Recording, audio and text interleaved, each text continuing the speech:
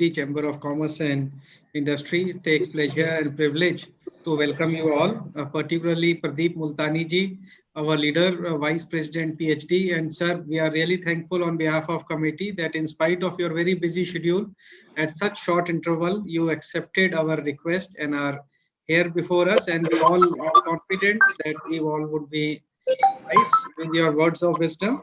Uh, uh, then we have the pleasure of company of our co-chairman Vijay Jalani ji, and he also, in spite of he has another meeting, could afford us time. Sir, I welcome you, and I'm really grateful that you are here before us, and we would all be really privileged with your words of wisdom.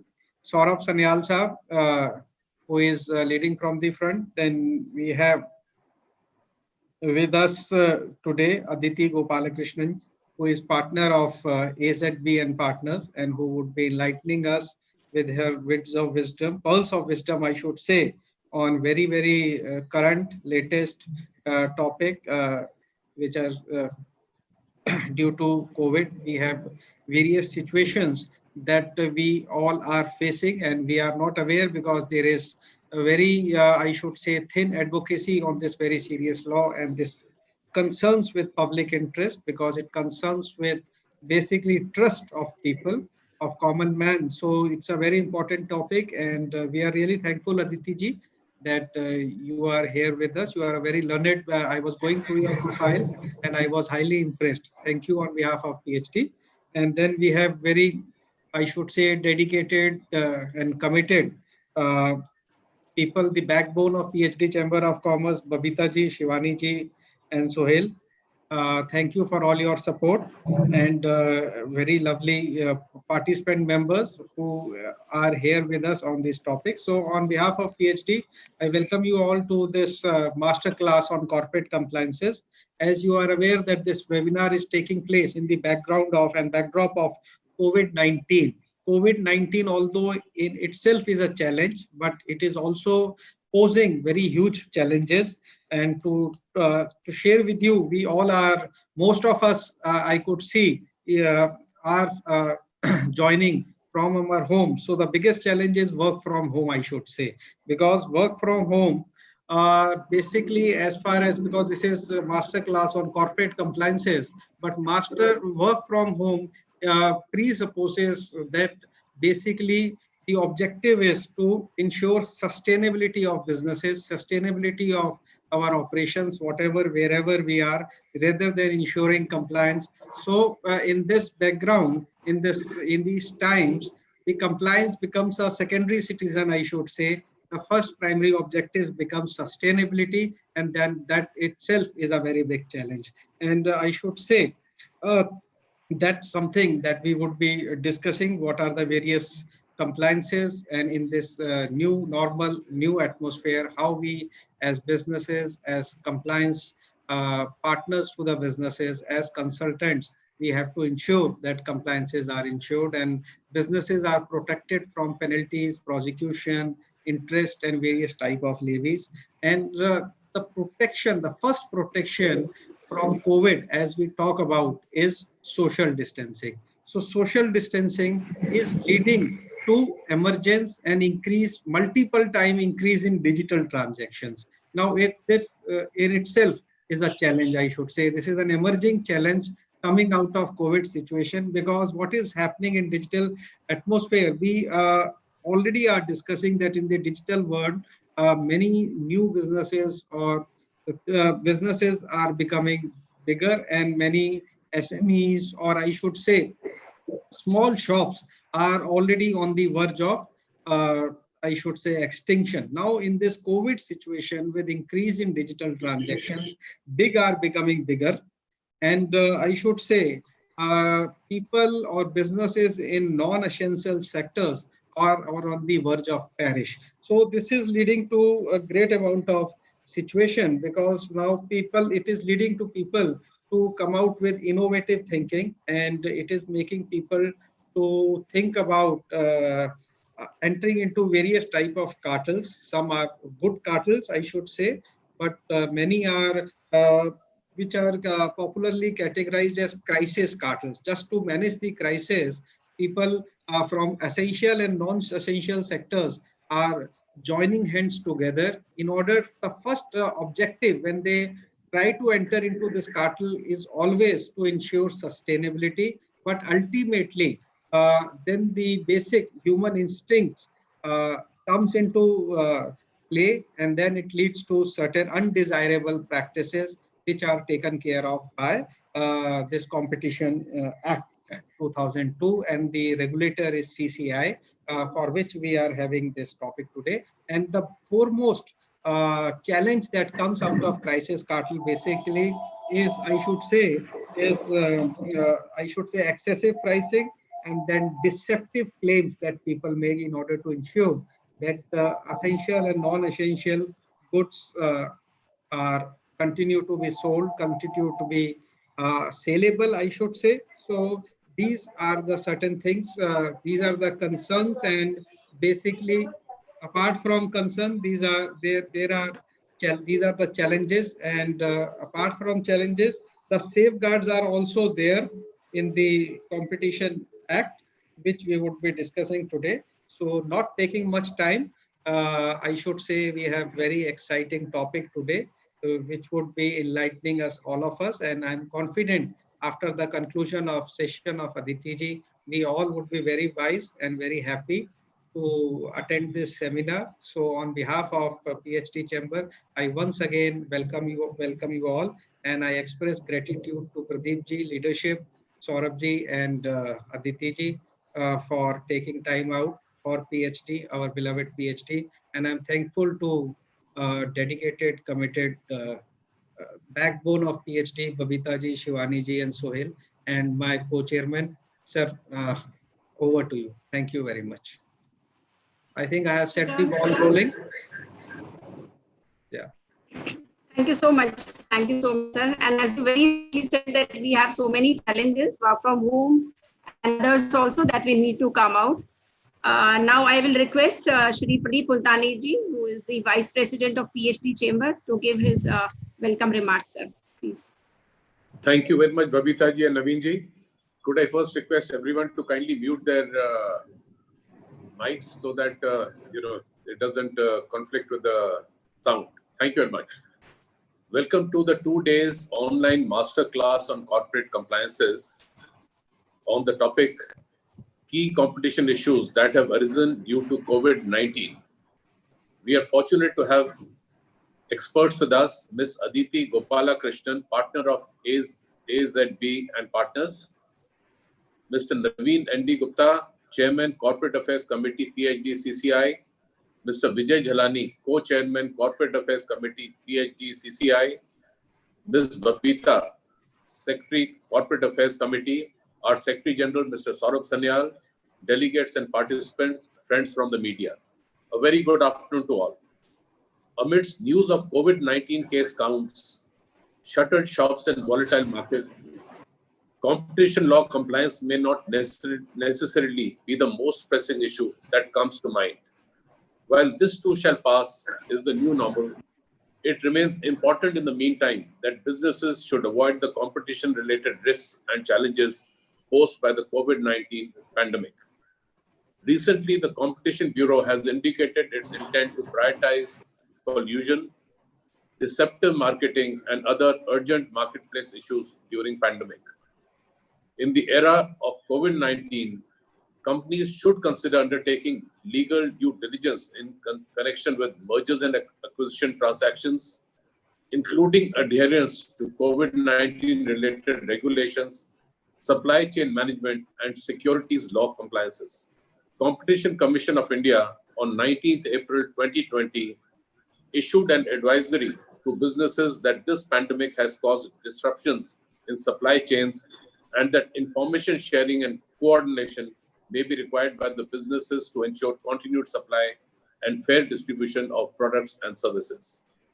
CCI has suggested to consider such businesses which are necessary and proportionate to address concerns arising from COVID-19, and that the businesses must not take advantage of COVID-19 to contravene any of the provisions of the Act.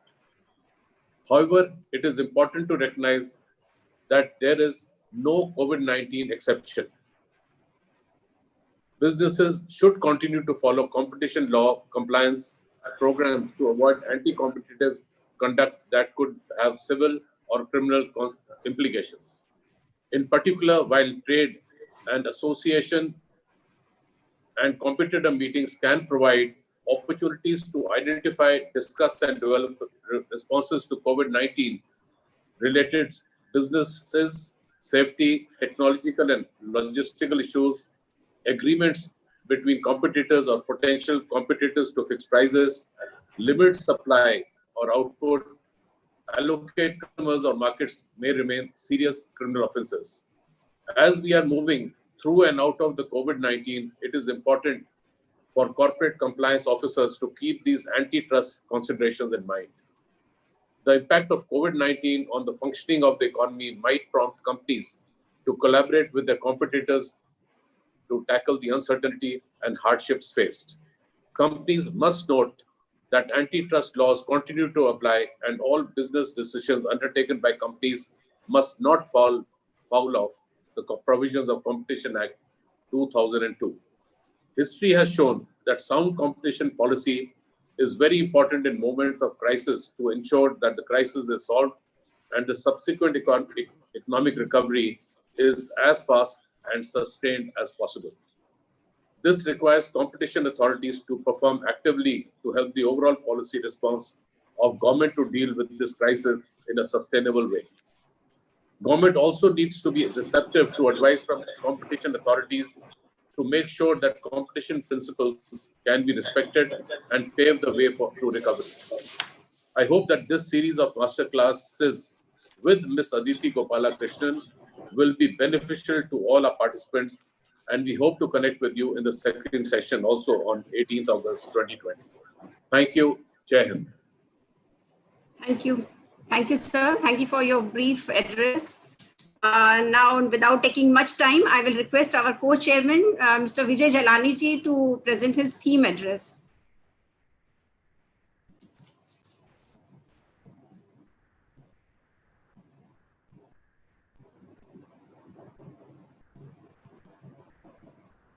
Jalani ji, you are mute.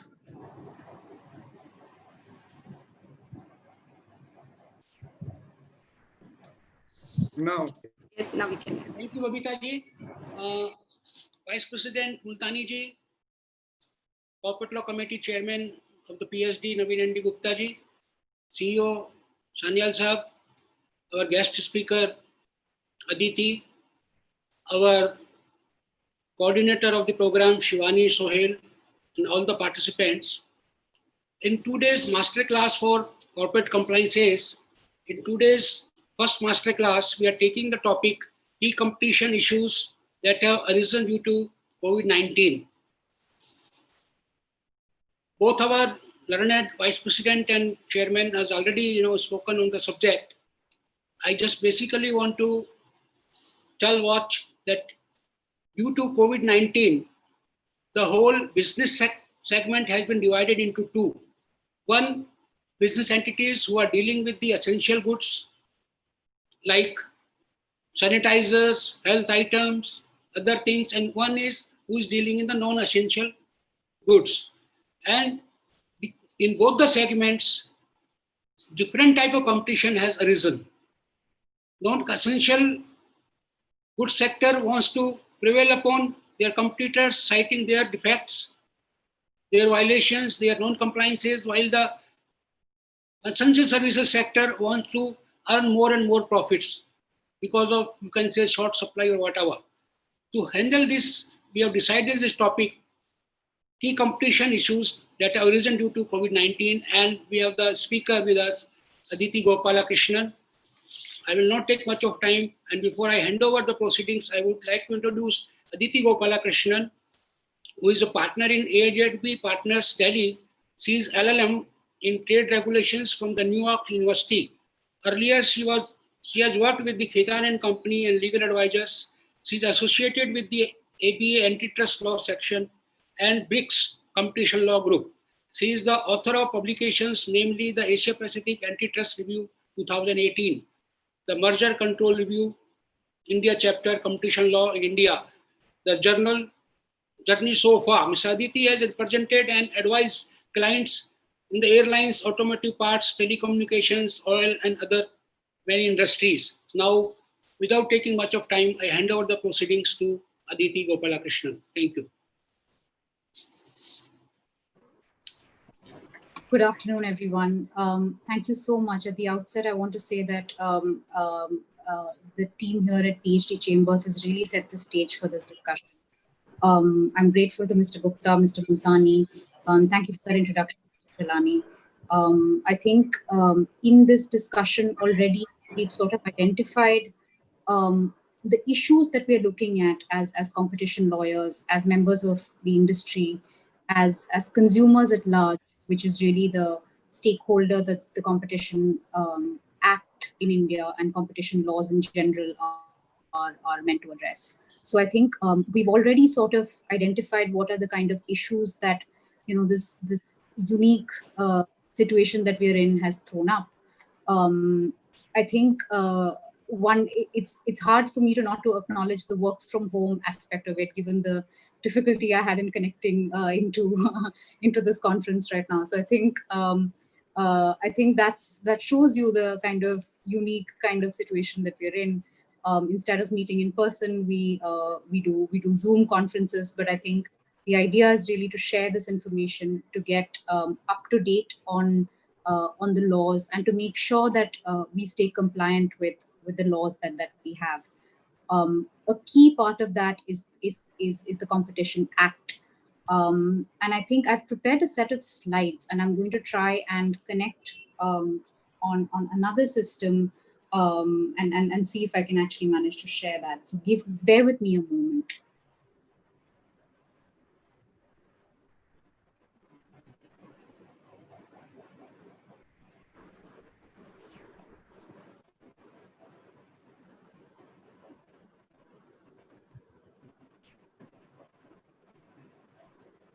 Great. I see that I've actually. It's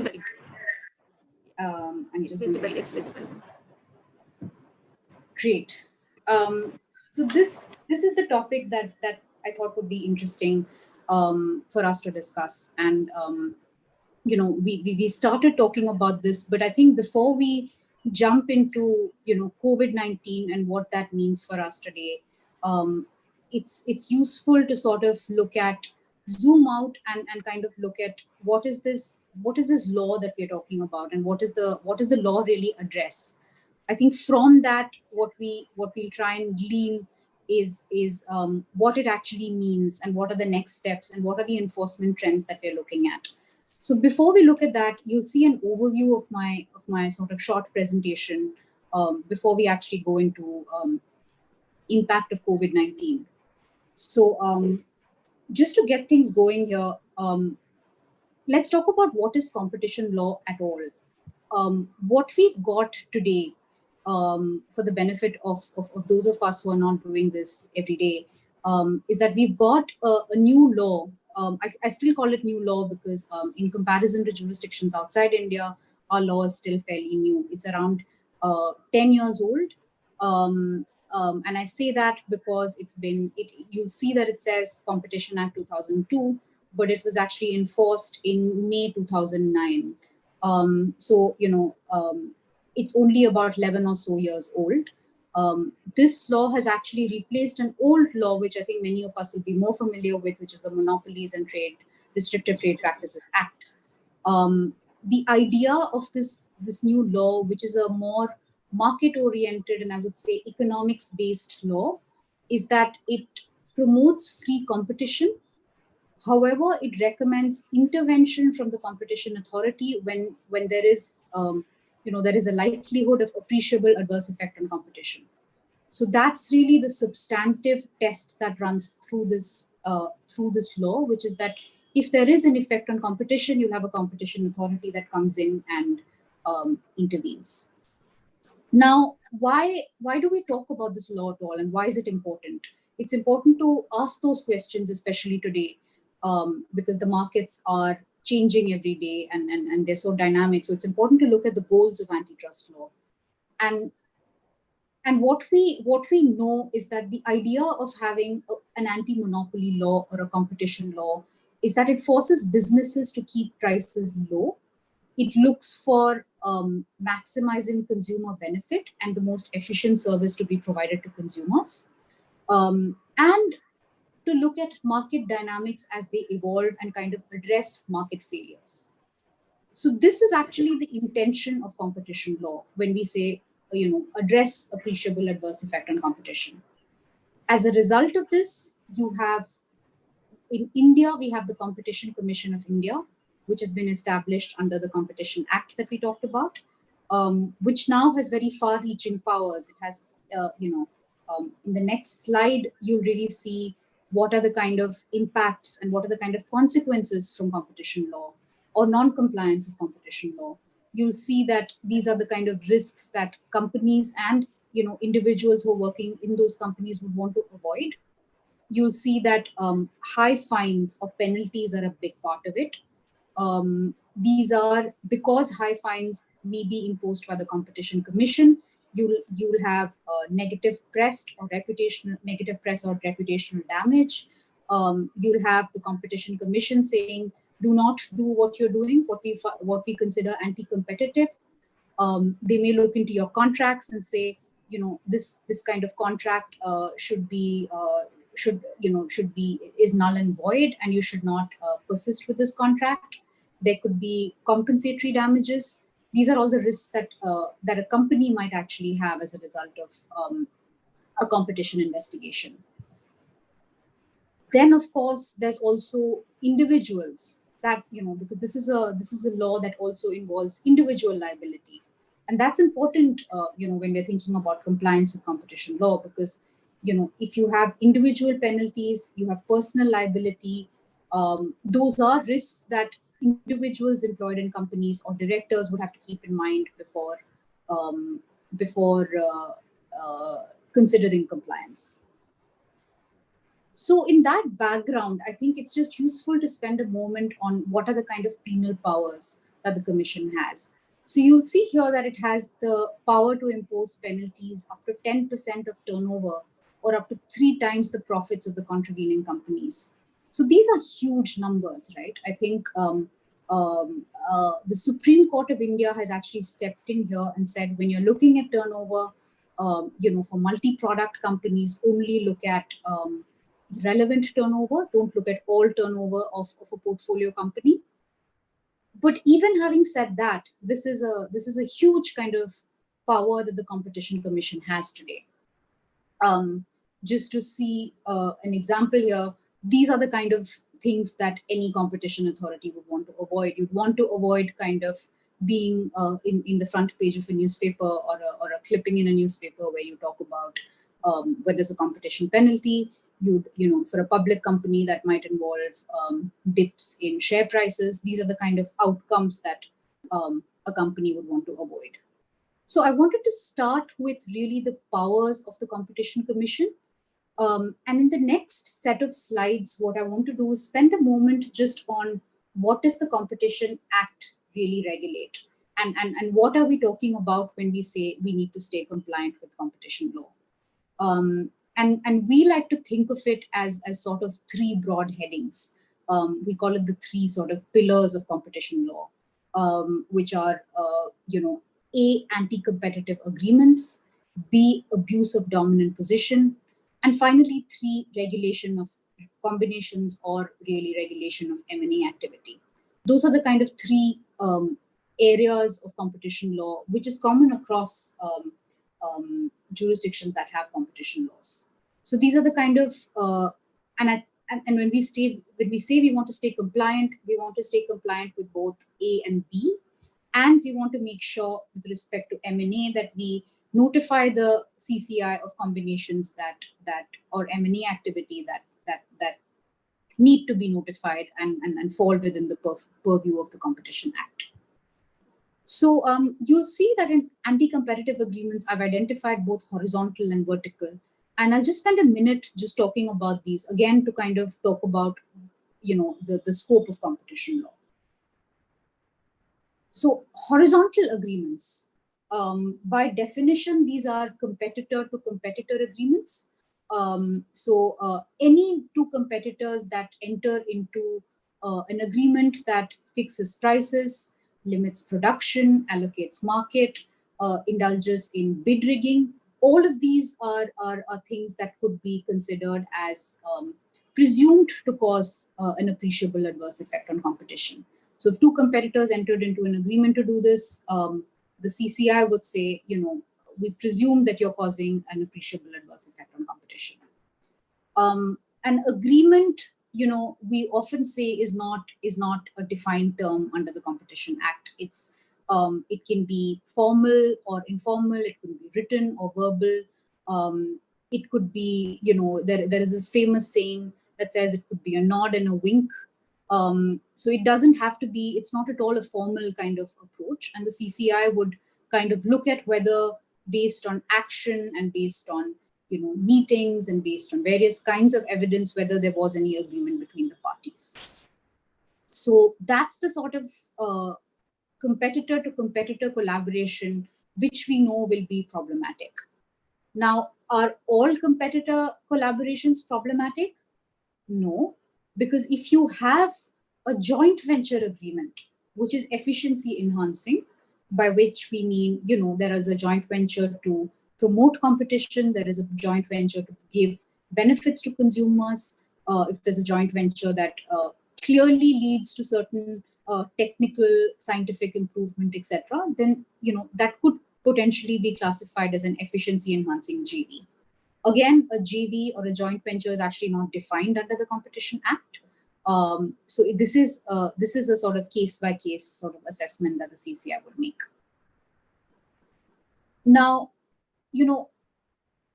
when we think about competitor collaborations, it's also important to kind of think about what are the kind of agreements that we're talking about, and what are the forums under which these agreements come into question. And I think one large part of that is actually trade association meetings.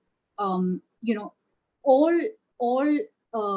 companies or all trades, all industries have trade association meetings where you talk about the activities of that industry or the kind of objects of that industry that you might need to make government representation.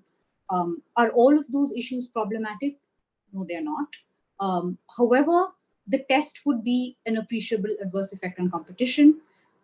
So therefore, if you have prohibitions on members from dealing with non-members, if you come together to collectively boycott, let's say, a vendor, for example, if you have an association of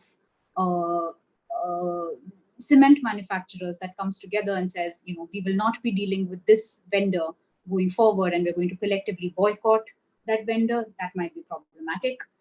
In a trade association meeting, if we come together and we say, look, let's set the prices of this product at 60 rupees, and let's not let the price drop below that. We're setting this minimum price for all of us as an industry. That will very clearly be problematic. So those are the kind of things that might attract scrutiny.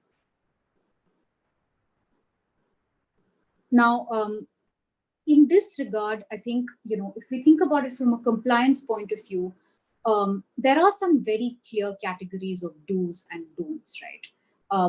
There are things that you can do, and there are things that you can't do. You can share information which is old. You can share information that's in the public domain.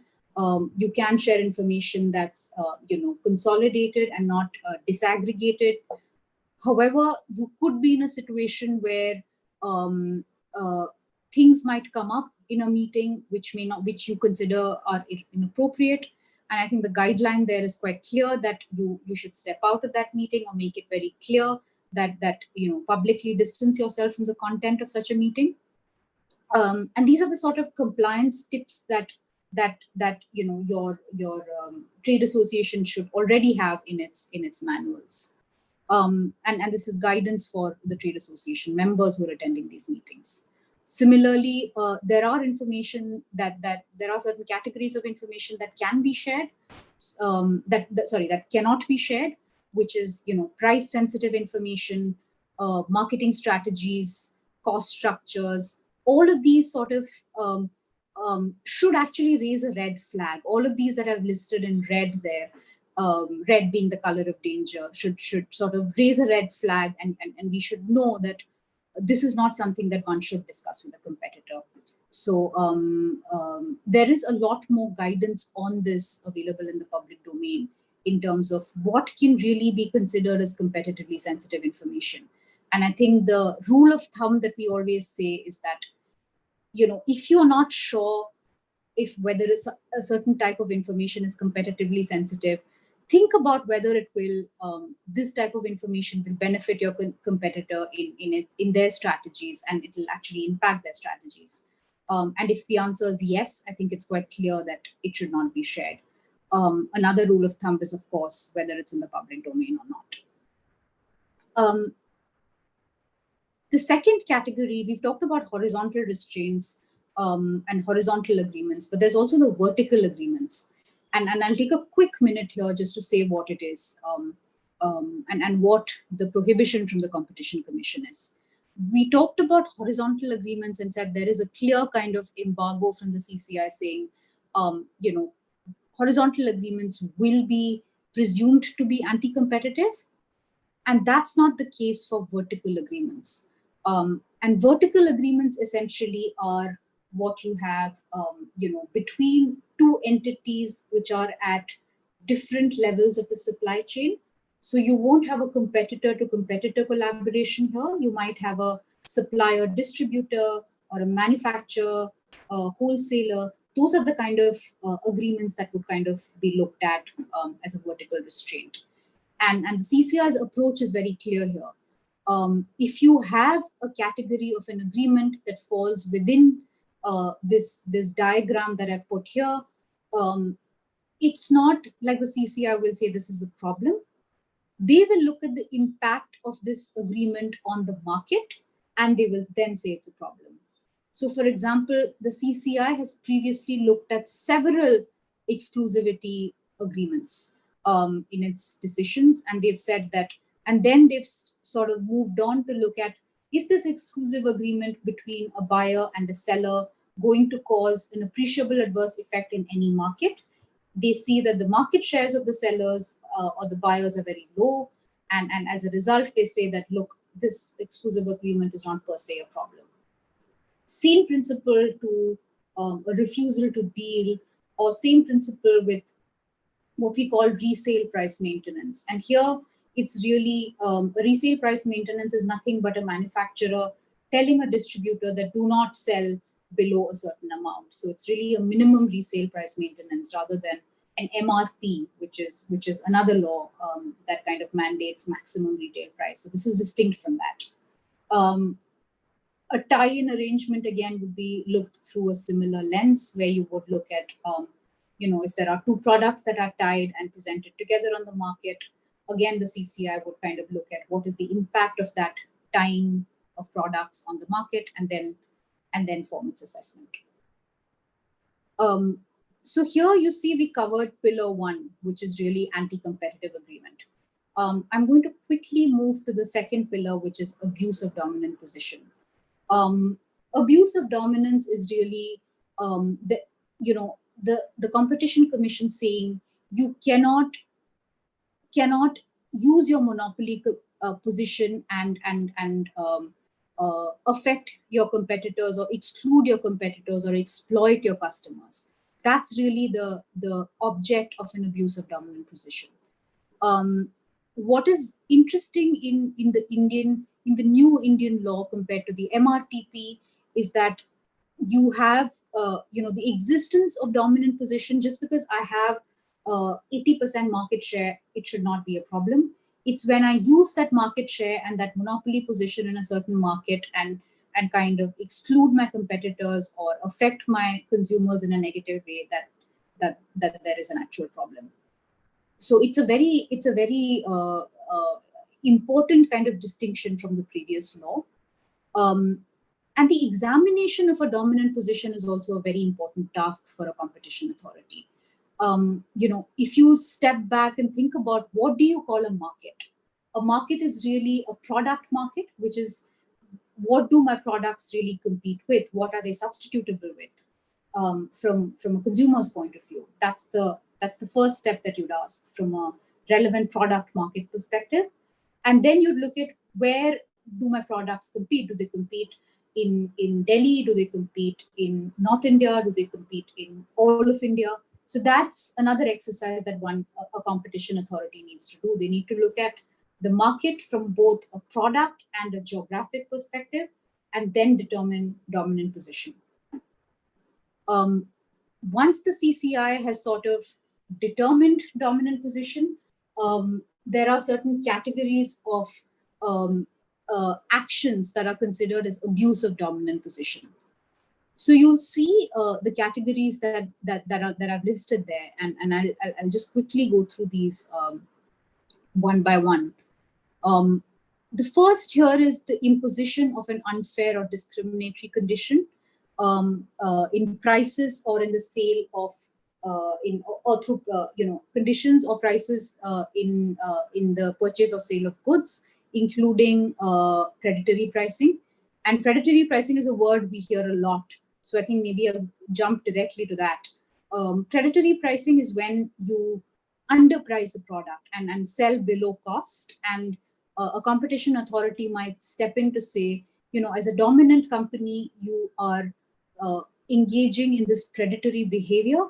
You're only pricing your product low so that you can drive out your competitors. And once you do, you will actually increase your price and then kind of affect the market. So I think it's an important theory of harm, because actually, if you think about it, consumers are actually not harmed in the short run. Consumers actually benefit from these low prices. But the market at large suffers, because as a result of these low prices, you have competitors that exit the market, and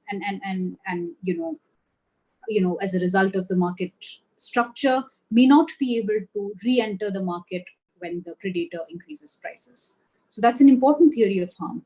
So any kind of discriminatory or unfair price or condition can actually be caught within this section. Another important theory is the limiting or restricting of production, denial of market access, when you deny market access to your competitors, or you have terms in your contracts that kind of exclude competitors and actually have supplementary obligations which have no connection with the contract, or you leverage your position in one market to actually enter another market. So all of these are actually considered instances of an abuse of dominant position. And it's important to kind of think these through and see if your unilateral conduct, what you do on your own, can actually fall within any of these categories and can be considered an abuse of dominant position. So just an example that we always use is telecom.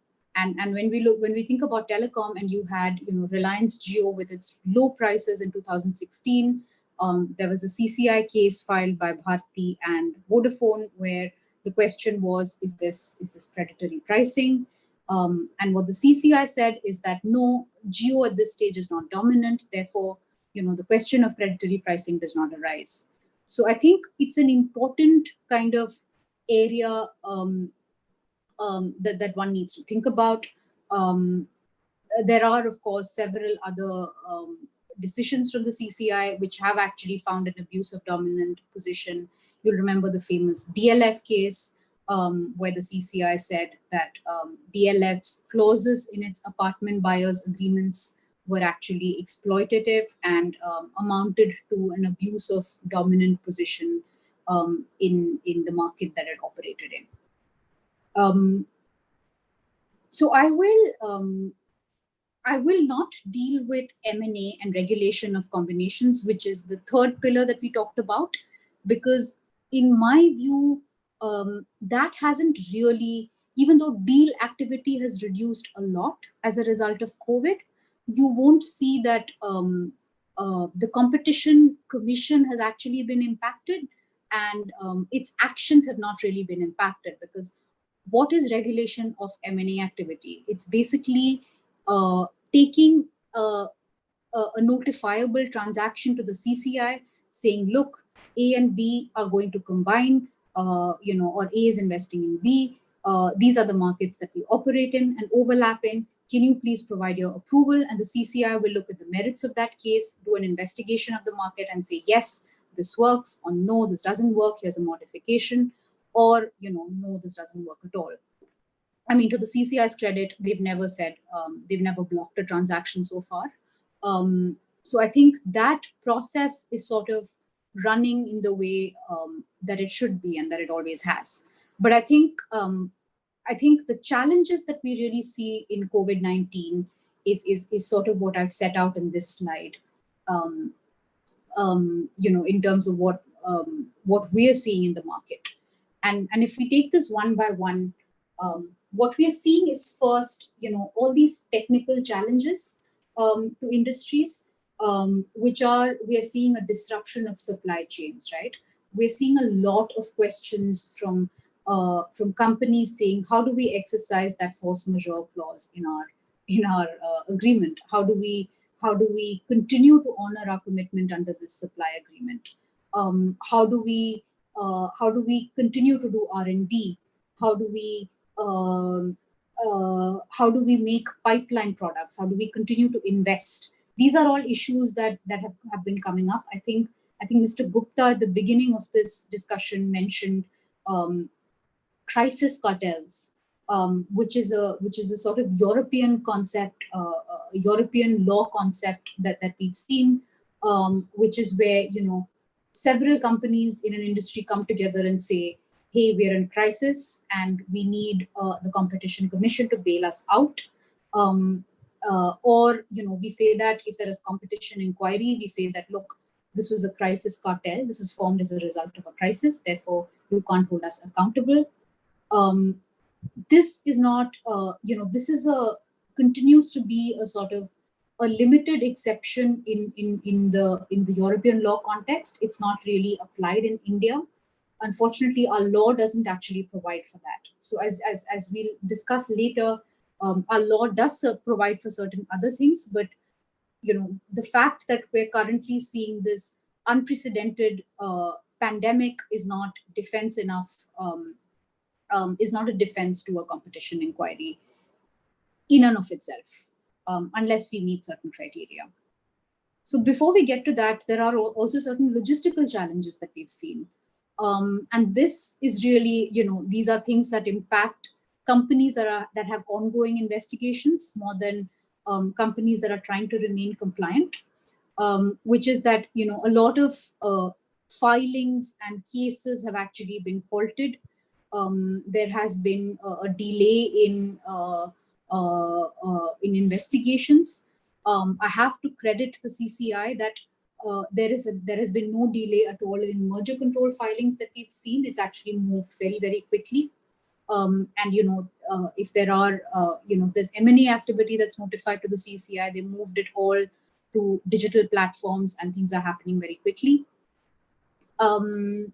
So as you'll see there, in terms of CCI's mechanism to address challenges, that's one part of it, which is that the CCI has entirely moved online, and things have become very simple from a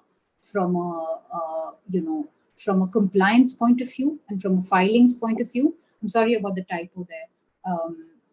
I realize that it's filings and not fillings. The other thing, though, that the CCI has actually said, which was crucial, and it's very important that the CCI has clarified it, is that they've actually issued a COVID-19 advisory. And what they say in their COVID-19 advisory is that the Competition Act has certain inbuilt safe harbors. And we dealt with this in the earlier part of my presentation, which is that efficiency enhancing JVs and actions that do not cause an appreciable adverse effect on competition will be outside of the purview of the Competition Act. When I say outside of the purview of the Competition Act, I mean that this will not be regarded as a contravention of the Competition Act.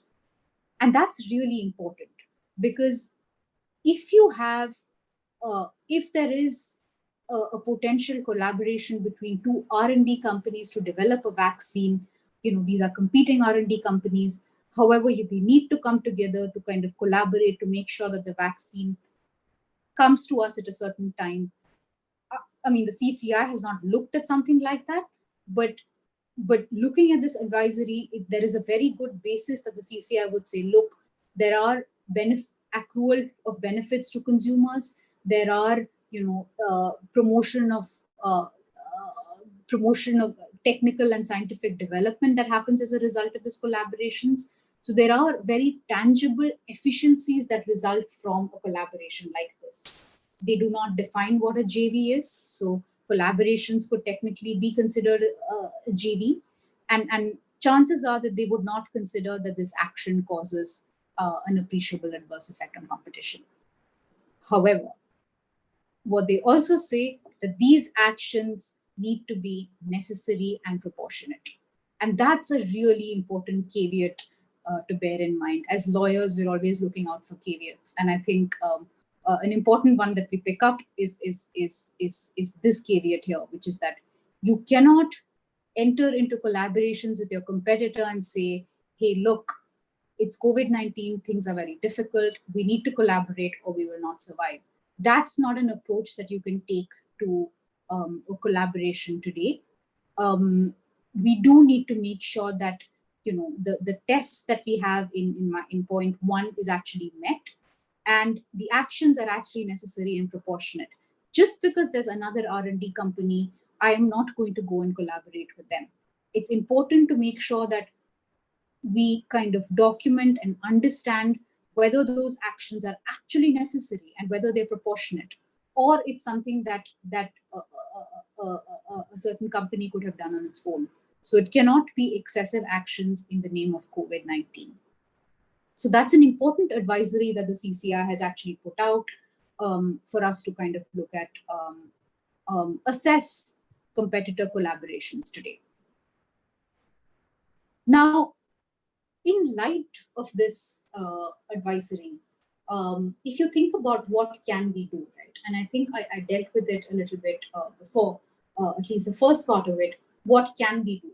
We can coordinate activities in a limited way. We can try and make sure that we improve distribution, R&D. We can enter into JVs that increase efficiencies. So these are the kind of activities that we can assess on our own when we kind of look at a certain collaboration. These are the sort of tick marks that I would think hypothetically that I would do. Is this something that improves consumer benefits? Tick. Is this something that improves,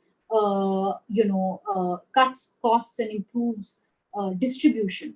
Is this something that promotes scientific development or R&D? These are the kind of collaborations that that the CCI would consider as kosher. And these are the kind of collaborations that companies can do without being considered as contravening the Competition Act. As we discussed, they can't do what is disproportionate and unnecessary. And I think these are the two kind of key points to look at from the perspective of horizontal collaborations. The second bullet point that you'll see there is actually on unilateral action. And unilateral action now ties back to what we were discussing on abuse of dominant position. Any company can also not abuse its dominant position, saying, using this COVID time as an unusual time to sort of do things that are exploitative to consumers or exclusionary to business rivals. So if you use this time and let's say a dominant company says that I'm going to relook at all my supply contracts, suddenly I know that I'm very important to all my suppliers. It's COVID time, so therefore I have the ability to kind of do things or renegotiate my agreements and get my suppliers to agree to terms that I couldn't have before. And I can say, look, I'm going through a hard time because of COVID. I think that's not likely to be something that the CCI is going to look at with a lot of sympathy. I think that's something that the CCI would take quite seriously. And I think one of the things that the CCI would look at in looking at this is that how what is the action that you've taken and what is the justification that you've provided? And again, one of the tests that we can go back to is in bullet 1, which is was it proportionate and was it necessary? And if a dominant company is unable to sort of show that the unilateral action that they've taken was not proportionate, it was not necessary, it was simply an abuse of its dominant position, then I think we're quite clear that that might actually be a problem for the CCI. Now, if you look at what we've said so far, and if I can just recap what we've discussed so far, we've looked at horizontal agreements, we've looked at vertical agreements, we've looked at an abusive dominant position, we've looked at the unique situation that COVID has thrown up for us, and now we've looked at some do's and don'ts that companies can do in light of the CCI's advisory. This kind of gives us a segue into what are the next steps? What do we see for the CCI going forward? And the one thing that we can say, I think, the one thing that we're all agreed on, even though many of us can't agree on most things these days, is that we really don't know what COVID is going to throw up for us going forward. We don't know how it's going to affect various industries. We're already seeing, impact in some industries like aviation. It could be that we see a lot more hard-hit sectors which find it very difficult to recover. It could be pharmaceuticals. Supply of medical equipment. If there's a lot of demand and lack of supply, there could be certain essential supplies that could be impacted. There could be public utilities that could be impacted.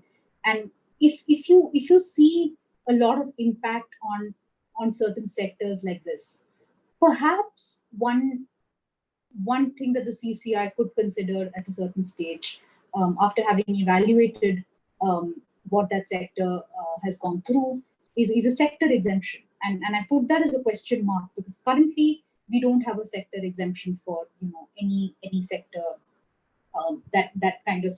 And when I say sector exemption, I say that these are actually outside the purview of competition law, and the Competition Act will not apply to this.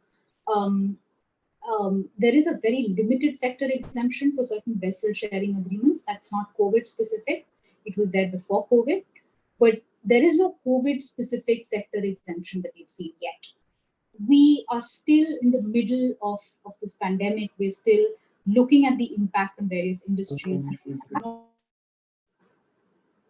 And perhaps a sector exemption is something that could be in the future. It's a question mark because we don't know. Another sort of trend that one could think about is, there are a lot of pending cases that the CCI is looking at currently, which involve small and medium enterprises.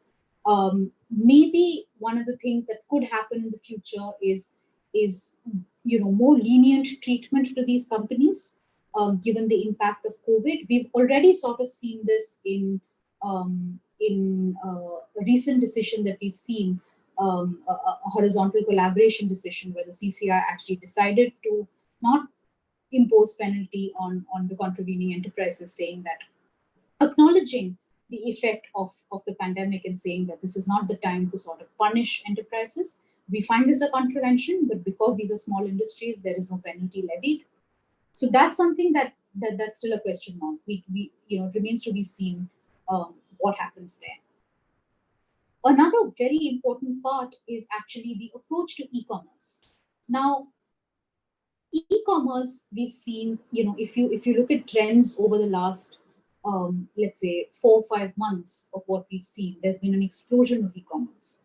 The Competition Commission itself has done a study on e-commerce pre-COVID. This is a pre-COVID study that they did over last year, and the report was actually released in January this year on a market study that they did on e-commerce. What we also saw on the heels of the e-commerce study is there was an investigation into Amazon and Flipkart that was ordered by the CCI. And the CCI is looking at certain practices of Amazon and Flipkart to see if those are anti-competitive. They're looking at deep discounts. They're looking at certain preferential selling arrangements that these two companies have. They're looking at exclusive deals that these companies have with some mobile handset manufacturers, etc. And so e-commerce is a sector that's already sort of under CCI scrutiny. They've, in their market study, they recommended a lot of self-regulation measures for e-commerce. But I think what we're seeing is an explosion of e-commerce, and I think what we're also seeing is a tussle between e-commerce and offline platforms, and CCI somewhat in the middle, kind of looking at this tussle.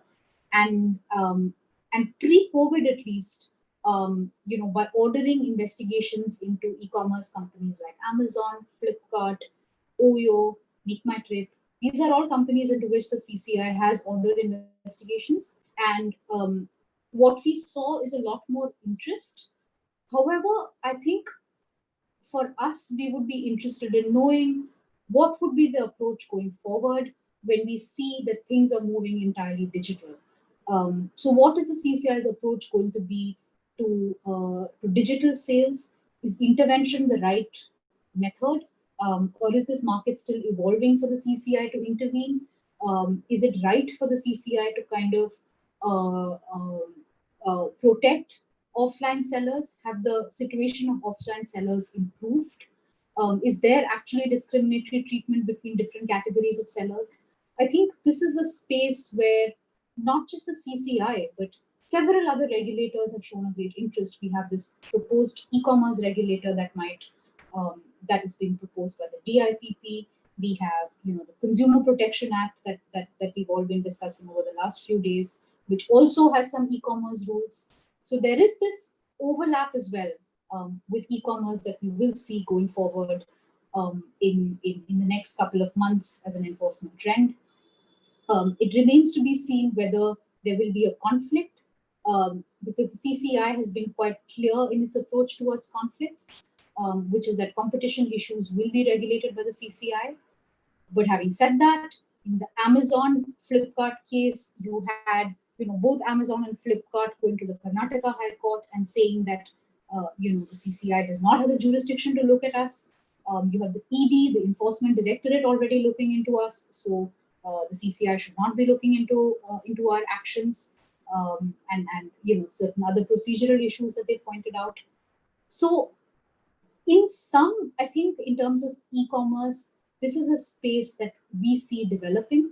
This is a space that we see there might be scrutiny and there might be action.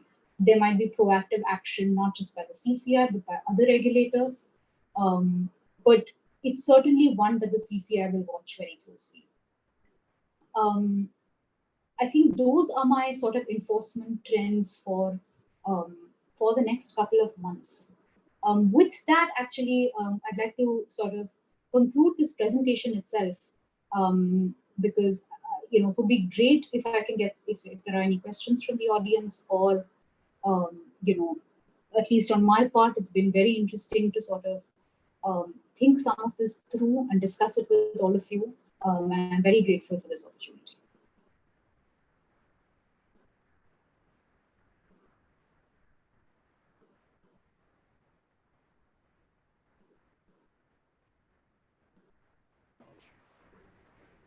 Okay, thank you. So shall we take some question session here? I'll just see if I have got some questions.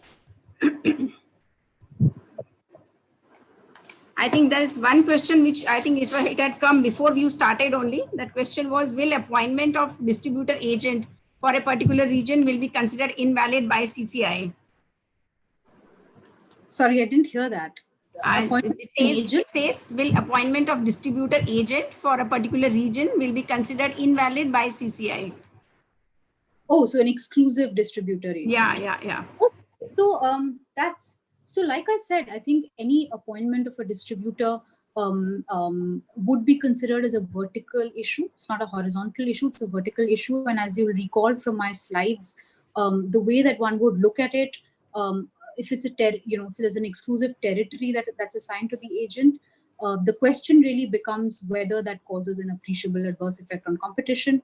So if it's a manufacturer with very low market shares that's entering into an exclusive agreement with respect to a certain territory, I would say that there are very good arguments to say that that vertical agreement should not be a problem, should not cause an appreciable adverse effect on competition. But I think that it is a case-by-case analysis, and one would need to look at market specifics for that.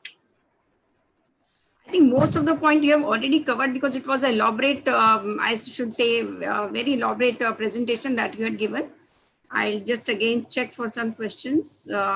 There's another one which I'm getting on my mobile. Is there any company trying to increase price for the essential commodities in these time? Can CCI take action, or will it fall under the ambit of Essential Commodities Act? So, one of the things that the CCI often says is that it's not a pricing regulator. So Okay. Ultimately, when you see an excessive pricing claim, whether it's another competition authority or the CCI, they've been a bit careful about that in terms of regulating, because what that involves is the CCI stepping into the company's shoes and saying, these are the kind of prices that are okay, these are the kind of prices that are not okay, and that's not what the CCI is designed to do. If a company is using, let's say, its dominant position to charge excessive pricing, that is within the purview of the Competition Act technically, but there is a lot more that one would need to show. So for example, let's say a Ranbaxy is increasing the price of an essential COVID-related drug. The question would be, is that drug in and of itself, a dominant, an important, and the only drug that that kind of addresses a certain disease? If it is, and we're able to establish that, then a claim can certainly be made at the CCI. But the question would be, again, to look at the competitive effects of increasing prices. And in terms of conflict, how the CCI has generally approached it is that the CCI has jurisdiction, as long as it's read harmoniously with other laws, it has a jurisdiction to look at issues that at excessive pricing issues. So it will certainly have the jurisdiction, and the question is whether you'll be able to make a credible claim based on the competitive dynamics. Okay. There's another one I can see on the chat. He's writing, Jio launched their mart. Is it violating the competition of other competitors in this situation? Then how can we know that they are following the norms? So, so this is kind of this, I feel like this is the kind of question that came up when Jio went into telecom, because we think of them as a petrochem company, right? Even today, even though they're across various products. So I think starting a new line of business is not a competition issue. Starting a new line of business, even for a dominant company, is not an issue. One of the things that the CCI could think about is, as a result of starting in a new line, are they excluding competitors? Is there predatory price? I mean, predatory pricing will not actually come up because of what we discussed in the telecom issue, which is that you're not dominant in the market, in the retail market here, if you're looking at JioMart. So I think in and of itself, this is not a problem. But I think the question really to ask is whether, it has any agreements that might be a problem, any vertical agreements that might be a problem. It's entering into a collaboration that might be a problem. It's hard to imagine a abuse of dominance position kind of theory here. But of course, one would have to really think about whether anything is happening in the original market, that if they're leveraging their dominant position into any other market. Right. I think that's. Actually, there's another one. One issue is like in India, do you think that law should be this competition law should be suspended or relaxed like in other countries during this COVID time? So I don't know any other countries where competition laws have actually been suspended. You have the US and the EU and the you have the UK, etc., where they've had special sort of provisions for certain certain sectors. So they've said that certain collaborations are okay. US FTC has actually come and said certain types of collaborations are okay. In the UK, there are certain kind of sectors that have been given given a sort of sector exemption where they've said that certain collaborations are okay, which is why I had put a question mark on my sector exemption, that we don't know how this is really going to play out. We have to see the impact on the Indian market. It's possible that the CCI might go in that direction. As on date, the CCI has not done that. What the CCI has said is that the Competition Act itself has inbuilt safeguards. Okay. I think our chairman is also here. Would like to ask any questions, sir? Sir, you have to unmute yourself, sir. I believe Aditi was very systematic and it was very lucid and very detailed at the same time. And each and every aspect has already been covered. You have done extremely well, I should say, Aditi. And particularly, I can say about myself, I'm feeling really, I got a great understanding of this subject, although I'm not practitioner in this subject. But now I can understand that this is a law which concerns us on a day-to-day basis as a consumer as well, because generally the people really think that competition law, if we are talking about competition law, and for a common man, it has no relevance. It's a wrong notion, I can say, after hearing your deliberations, because it concerns us as a consumer, because it gives us a lot of rights as a consumer. It talks, there are a lot of rights of a consumer ingrained in competition law, and it could be triggered. So my question is, as a common consumer, like under Consumer Act, individually I can go and file a petition. Is there some procedure where individual consumer or a group of consumers joining hand, they can make a petition? Like you see, we have been hearing about certain predatory pricing by these OTT platforms, as well as platforms like Zomato vis-a-vis restaurants and other food chains. So if some point of time, as a consumer, I feel harassed, or I feel that that platform is using its dominant position in a particular city or a state. So is there any possibility, instead of consumer forum, I can approach Competition Commission? Because after seeing your presentation, I appreciate that the penalties, those are prescribed under competition law, are, I should say, quite stringent. So because of that, kindly. So, sir, you'll be happy to know that there are actually there is absolutely a provision. It's actually possible for an individual consumer, or a class of consumers, or a separate, let's say, a group, a trade association, or a group.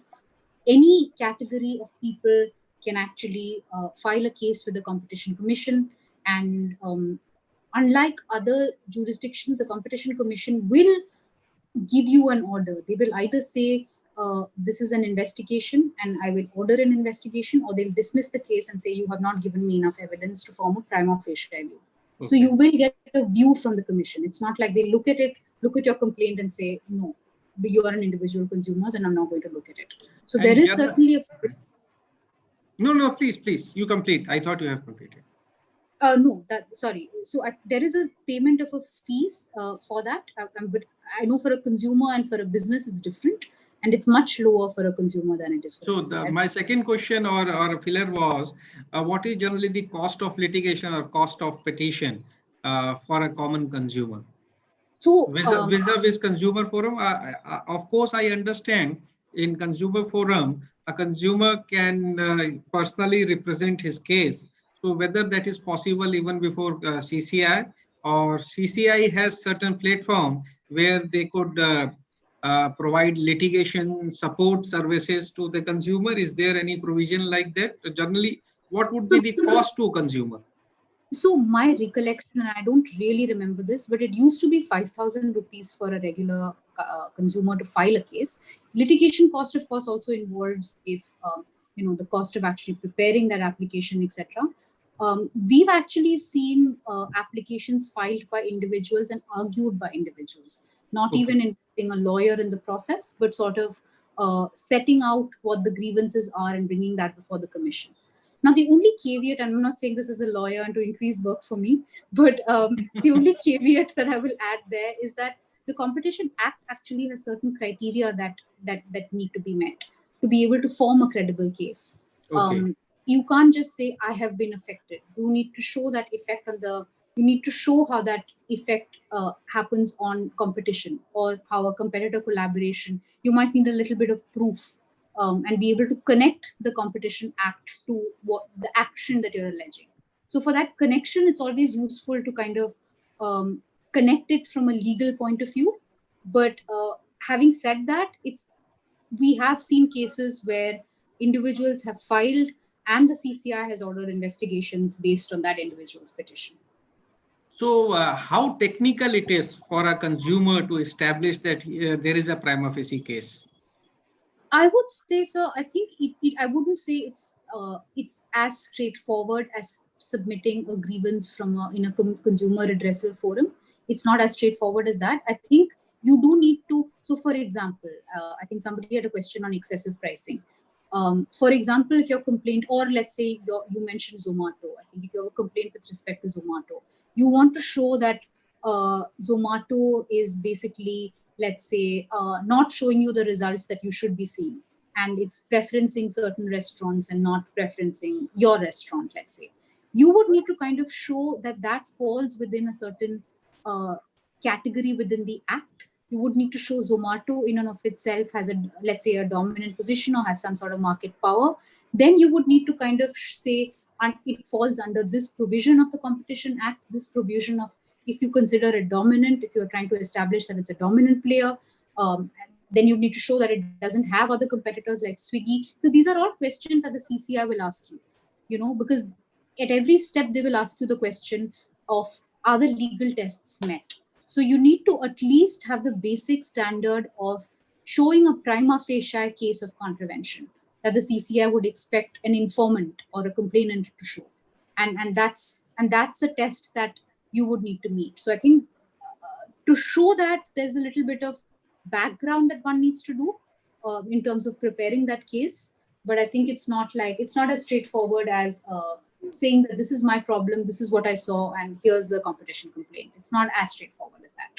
So Aditi, whether as CCI carry out, or is there any platform or any other application or portal where as a consumer they can go and understand the nitty-gritties, some webinars or study material or anything of that sort, or some information booklets, guides, something available from CCI, so as to make this task easy for a consumer or a layman? Actually, the CCI has been very good about this, sir. So I think they've actually on their website, and I can share this after if you'd like. On their website, they have a lot of useful advocacy material so that a layperson can understand what the law means to them and how the law can be applied for them. It also has FAQs and Q&A sort of sections where they say, if you want to file a complaint, these are the kind of steps to follow. So they set that out as well. So the website has a treasure trove of information on how to kind of go about it. Okay. How do you feel about it that CCI is already providing treasure trove on their, so sort of it's a competition for you on competition law. CCI, we still hope people will come to us, but even then we still hope people will come to us. But the CCI certainly is doing its job well. Okay, great. So. Babita ji, are there any questions? There are. If Aditi ji, you have, if some time, then we can take one or two more questions. No, absolutely. One I got it is here shown. They say.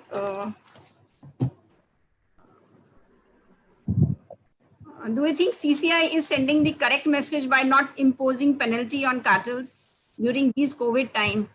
Will it not encourage such illegal activities? So that's an interesting question. I see that's from Mr. M. Sharma. Hello, sir. How are you? So I think it's a difficult one to answer. I think the CCI has shown sympathy in this case with the unique situation that we are facing. by saying that they won't impose a penalty. I had put that as a question mark, lenient treatment to MSM, small and medium enterprises in my slides, because I'm not sure we can take that as a trend. I don't know if tomorrow there's a case that the CCI is looking at, if they'll have the same kind of approach to every case. They have certainly not published that they will take a lenient approach. So given that, as a company, I would think that if I had a case that was currently before the CCI, I can certainly not be assured that they will take the same approach in every case. But at least in my opinion, I think they did a good job in sort of in saying that they were sympathetic to these small companies, with not very high turnover, and not imposed a penalty on them in the last case that we saw, the last cartel case that we saw. But in terms of future deterrence, I think which Mr. Sharma is referring to, I don't see that as a problem going forward, because I don't really see that as a trend yet. But I think this remains to be seen. Okay. There's one more which I have got is like the government has declared hand sanitizer and mask as under the essential commodities, and they are covered under Essential Commodities Act. Do you think CCI should have brought out some similar measures and should have been keen in chipping in these times? So the CCI in its advisory does kind of acknowledge certain sectors. Okay. I don't off the top of my head, but essential commodities are covered there. So I think the CCI doesn't need. So this is what I said, right? Like I think they haven't said this sector is exempt, but I think if there is a case that one of you and I brought before the CCI and said that this is a problem, I think they are not likely to consider that to be a competition issue given their approach in the COVID advisory. Or maybe some measures then they can try to control the increase of prices and all, something of that sort that CCI can be brought under the of CCI. So, like I said, I think the important thing to remember about the CCI in terms of how it reviews action is that it is not prescriptive. It's not going to say, "Aapko ye karna chahiye in the industry, and this is how things should go going forward." They will review action that's brought to them. And it's a good thing that they don't do that. I think it's important that they don't do that, and that's consistent with regulators across the world, because we don't want them stepping in as a company. I don't want them telling us what to do.